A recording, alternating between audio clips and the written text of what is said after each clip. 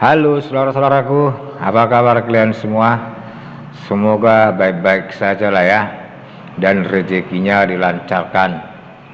Kali ini saya akan merangkum film yang berjudul. Film ini menceritakan tentang perjuangan seorang laki-laki sekaligus mantan pasukan khusus demi kesembuhan anak dari komandannya yang meninggal saat perang. Oke, tanpa banyak cakap lagi, langsung saja kita tonton alur ceritanya.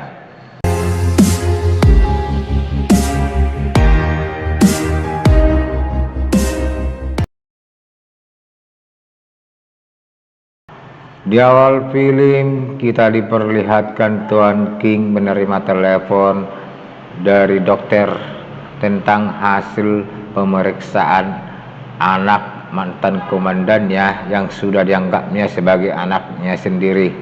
Si dokter memberitahu harus secepatnya melakukan operasi karena sekarang adalah waktu yang tepat. Tuan King pun berusaha menceritakan tentang masalahnya yang belum mempunyai uang, tapi si dokter justru minta maaf karena tidak bisa membantu, dan dia memberikan waktu 12 jam karena ini adalah kesempatan terakhir bagi putrinya. Selesai menelepon, Tuan King pergi mencari pinjaman ke rentenir. Tanpa dia sadari, ada sekelompok orang bertopeng yang sedang mengintainya. Sesampainya di tempat rentenir, pengajuan pinjamannya ditolak karena yang diajukan Tuan King sangat besar. Belum lagi si rentenir meminta jaminan, tapi Tuan King tidak mempunyainya dan memohon kepada si rentenir supaya dibantu karena dia sangat membutuhkannya cepat. Si pria itu pun menelepon. Si pria itu lalu memencet bel hingga datanglah seorang wanita menawarkan pinjaman dengan jaminan tubuh Tuan King sendiri. Tuan King pun kaget, belum lagi orang yang menguntiknya tiba-tiba mengikuti dan mengepungnya. Selesai bertarung, Tuan King merasa tubuhnya oleng dan dia pun pingsan. Setelah siuman, dia merasa asing dengan tempatnya sekarang. Sambil berjalan, dia terus memanggil-manggil nama anaknya, tapi tak berapa lama dia bertemu sekelompok orang yang sama-sama bingung dengan keadaan. Belum sempat kenalan, tiba-tiba pasukan bertopeng muncul lalu menyerang mereka.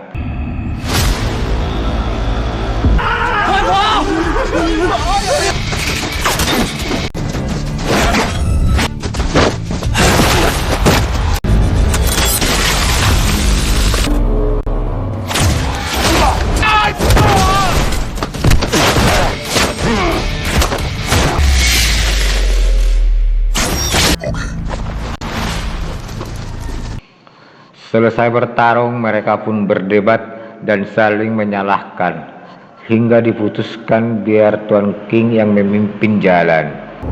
Di perjalanan mereka kembali diserang, dan yang menyerang kali ini adalah makhluk yang sangat seram yang memangsa mereka satu persatu.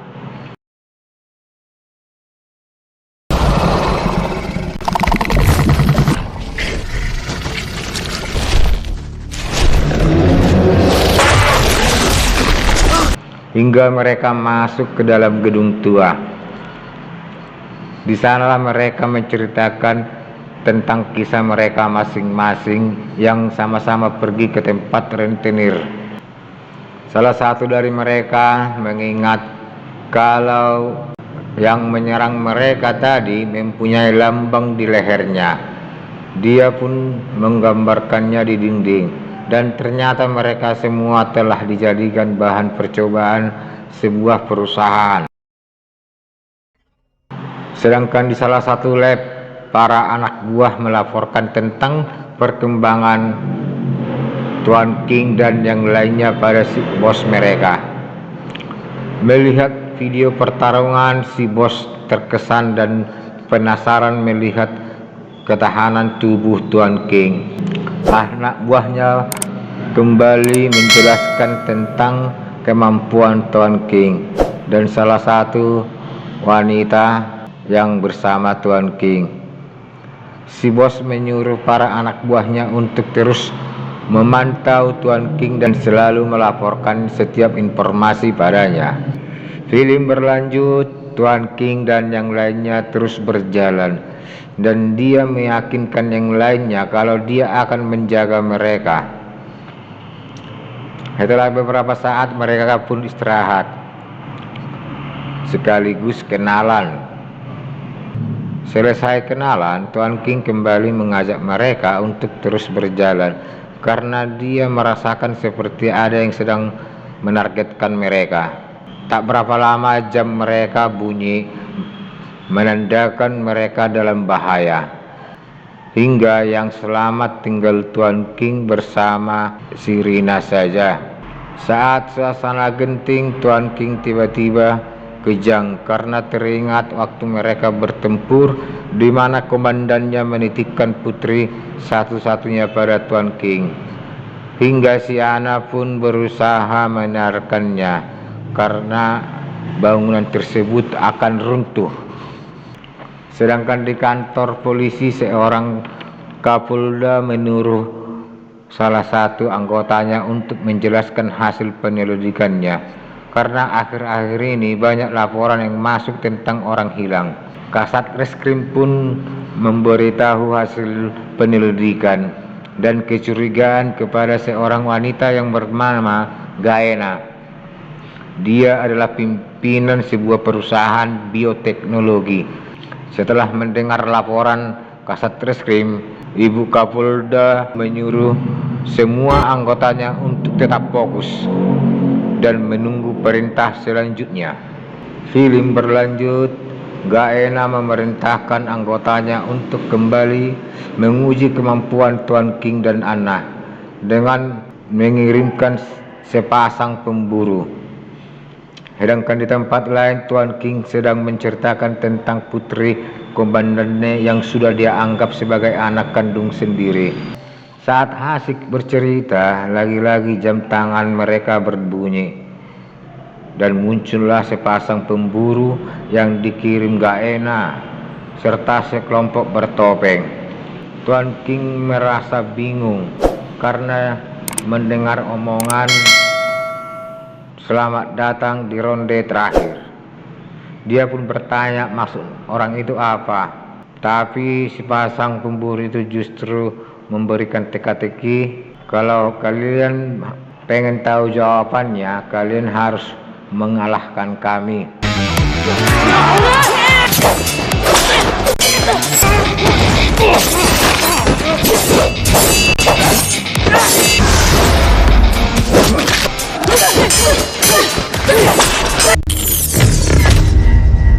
Di tempat lain, Gaena menyuruh anggotanya untuk meningkatkan dosisnya, walau bawahannya mengingatkan tentang resiko kehilangan Tuan King dan Anna. Tapi Gaena tidak peduli. Kembali lagi ke Tuan King dan Anna. Mereka pun berhasil bertahan karena teringat dengan orang yang mereka sayangi. Hingga Gaena pun merasa senang karena dia telah menemukan uji coba yang sempurna pada diri mereka berdua.